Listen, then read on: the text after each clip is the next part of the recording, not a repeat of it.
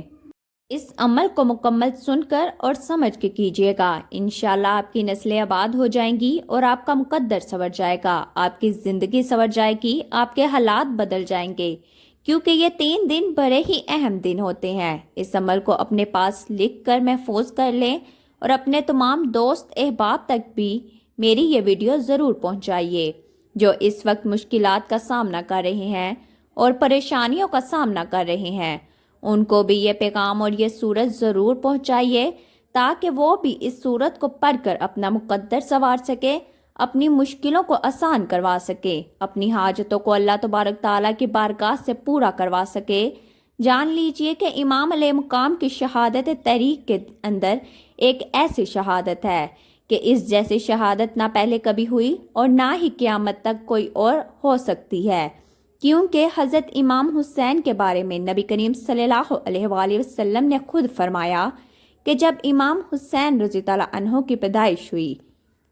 آپ کی ولادت ہوئی، تو تب ہی نبی کریم صلی اللہ علیہ وآلہ وسلم نے ان کی شہادت کے بارے میں آگاہ فرما دیا۔ حضرت سلمہ رضی اللہ عنہا بیان فرماتی ہیں کہ نبی کریم صلی اللہ علیہ وآلہ وسلم نے ارشاد فرمایا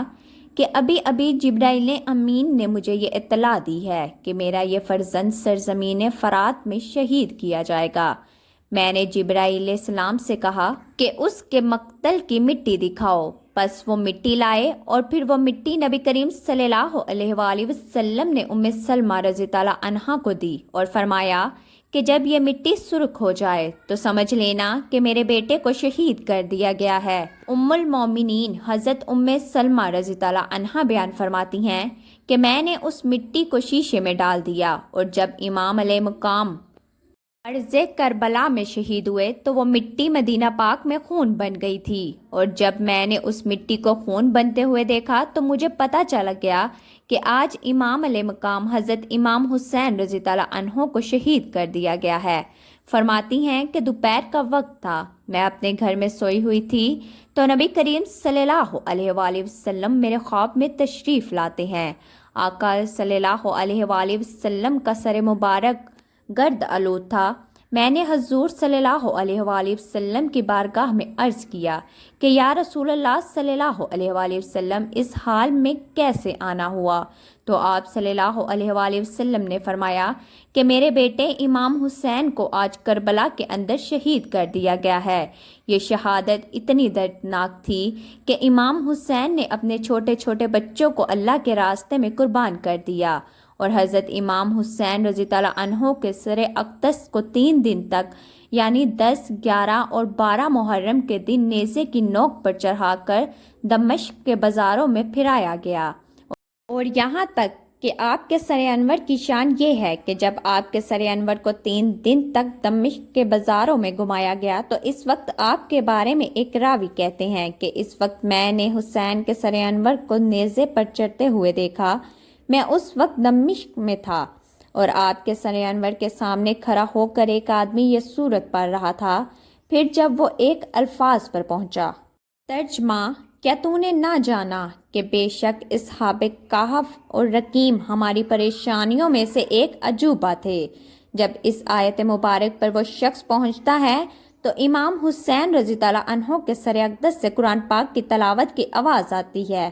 کہ آپ یہ فرما رہے ہوتے ہیں،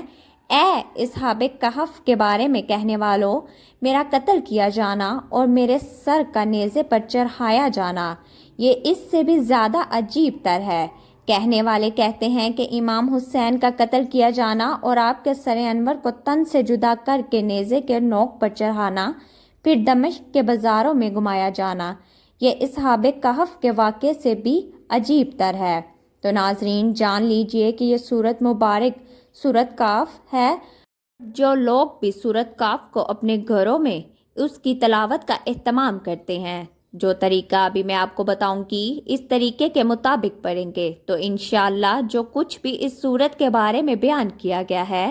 وہ ضرور پورا ہوگا، اور اللہ تبارک تعالیٰ اس وظیفے کو کرنے والے کو خالی دامن نہیں چھوڑے گا، ان کی جولیاں بھر دے گا۔ ناظرین اکرام، 1400 سال گزر جانے کے بعد آج بھی میرے حسین کا نام زندہ ہے، قیامت تک زندہ ہی رہے گا۔ ناظرین، ابھی میں آپ کو بتاؤں گی کہ 10، 11 اور 12 محرم والے دن آپ نے یہ سورۃ کاف کو کس طرح پڑھنی ہے اور کتنی مرتبہ پڑھنی ہے۔ لیکن اس سے پہلے اگر آپ اس چینل پر نئے ہیں اور آپ نے ابھی تک اس چینل کو سبسکرائب نہیں کیا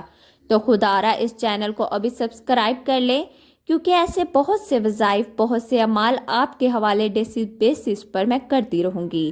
اب عمل کیا ہے کہ آپ یہ سورت مبارک 10، 11 اور 12 محرم کے دن آپ اپنے گھروں میں تمام لوگ مل کر بھی پڑھ سکتے ہیں اور ایک شخص بھی پڑھ سکتا ہے، اور پھر اس کے بعد اگر کچھ نیاز کا اہتمام ہو جائے، کچھ چیز کا اہتمام ہو جائے تو بہت خوب، لیکن اگر نہیں تو ویسے بھی آپ اس سورت کو ایک گلاس پانی کے اوپر بھی پڑھ سکتے ہیں۔ پھر اس پانی کو آپ اپنے سب گھر والوں اور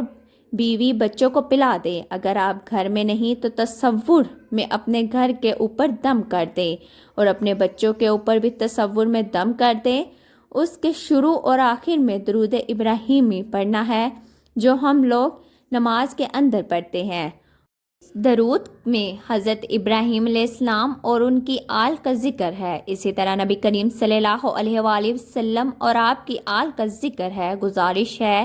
کہ آپ یہ وظیفہ ضرور کریں۔ اگر آپ 10 محرم کو سورۃ کاف پڑھتے ہیں تو 10 مرتبہ سورۃ کاف اور اس کے اول اور آخر 10 مرتبہ درود ابراہیمی پڑھیں۔ اگر آپ 11 محرم کو یہ سورت پڑھتے ہیں تو 11 مرتبہ درود ابراہیمی اور 11 مرتبہ ہی سورۃ کاف پڑھیں۔ اگر آپ 12 محرم کو سورۃ کاف پڑھتے ہیں تو 12 مرتبہ اول اور آخر درود ابراہیمی ضرور پڑھنا ہے، اور اس کے بعد ہر جمعۃ المبارک کو ایک ایک مرتبہ سورۃ کاف پڑھ لیا کریں، تو ساری زندگی کے لیے پریشانیوں سے محفوظ ہو جائیں گے۔ ناظرین اکرام، اس عمل کے بعد اللہ تبارک تعالیٰ سے جو بھی مانگیں گے اللہ تعالیٰ ضرور عطا فرمائے گا، اور اس وظیفے کی برکت سے انشاءاللہ آپ کو کبھی مایوسی نہیں ہوگی، آپ اپنے مقصد میں ضرور کامیاب و کامران ہوں گے۔ آج تک اس وظیفے کی برکت سے کوئی بھی مایوس و محروم نہیں رہا۔ اب یہاں یہ بات بھی جان لیجئے کہ یہ ایسا وظیفہ ہے کہ جس کی اجازت عام ہے، اور یہ وظیفہ اس وقت اور بھی زیادہ اثر انگیز ہو جاتا ہے،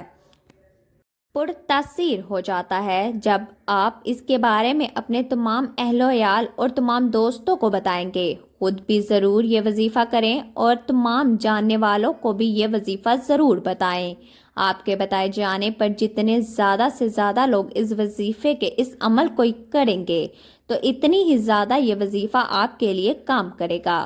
یاد رہے کہ اس وظیفے کے ساتھ ہی اللہ تبارک تعالیٰ کی بارگاہ میں نہایت عاجزی کے ساتھ رو رو کر اور ہو سکے تو گر گرا کر دعا بھی مانگنی ہے، اور آپ کی جو بھی پریشانیاں اور جو بھی حاجات ہیں سب اللہ تبارک تعالیٰ کے سامنے پیش کریں، وہ ضرور ان کو پورا کرے گا، کیونکہ میرا اللہ ایسا عظیم ہے جو سمندر کے اندر روزانہ مچھلی کو 1 ٹن یعنی 1000 کلو کھانا پہنچاتا ہے۔ ممکن اور ناممکن صرف ہمارے دماغ میں ہوتا ہے، عظیم الشان اللہ تعالیٰ کے لیے کچھ بھی ناممکن نہیں۔ پورے یقین، اعتماد اور اخلاص کے ساتھ ہی یہ وظیفہ کریں۔ یاد رہے کہ یہ موقع پورے سال میں صرف ایک بار ہی ملتا ہے کہ اپنی تمام حاجات ایک آسان وظیفے اور ایک آسان سورت مبارک یعنی سورت کاف کے ذریعے اللہ تبارک تعالیٰ سے پوری کروا لیں۔ اللہ تبارک تعالیٰ سے دعا ہے کہ اس مبارک اور رحمت والے مہینے اور تعظیم والے دنوں کی برکت سے ہم سب کی تمام پریشانیاں، مصیبتیں اور تکلیفیں دور فرمائیں۔ آمین یا رب العالمین۔ دعا ہے کہ رب کریم میرا سنانا اور آپ کا سننا اپنی بارگاہ الہی میں قبول و منظور فرمائے۔ آمین۔ محترم ناظرین، اپنے رزق میں برکت اور وسعت کے لیے اللہ تعالیٰ کے 99 ناموں میں سے ایک نام ضرور ٹائپ کریں۔ اللہ تعالیٰ ہم سب کا حامی و ناصر ہو۔ آمین۔